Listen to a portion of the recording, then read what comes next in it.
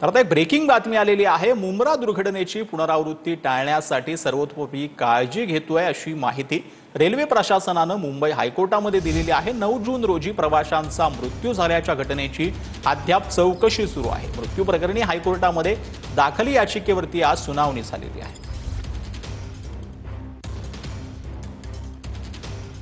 तर मध्य रेल्वेची हायकोर्टामध्ये काय माहिती आहे ते आपण पाहतो आहोत। गेल्या वर्षभरामध्ये ट्रॅकवरून फ्लाटावरती चढणारे 213 रॅम्प हटवले अशी माहिती हायकोर्टामध्ये मध्य रेल्वेनं दिली आहे।